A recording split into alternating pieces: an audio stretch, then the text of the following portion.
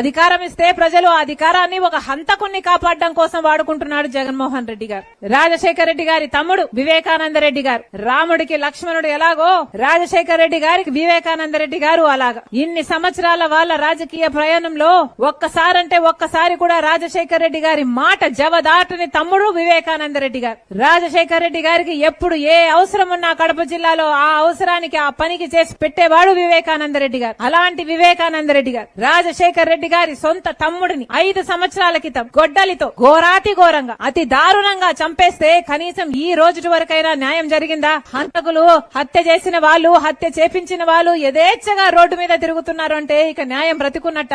ఎందుకు తిరగగలుగుతున్నారు? ఎందుకు శిక్ష పడలేదు? ఎందుకంటే సాక్షాత్తు ముఖ్యమంత్రి గారు జగన్మోహన్ రెడ్డి గారు అధికారం ఇస్తే అధికారాన్ని వాడుకొని హంతకుల్ని కాపాడుతున్నారు ఈ రోజు జగన్మోహన్ రెడ్డి గారు. కాబట్టే ఈ రోజు అవినాష్ రెడ్డి అనేవాడు దోషైనా కూడా ఈ రోజు వరకు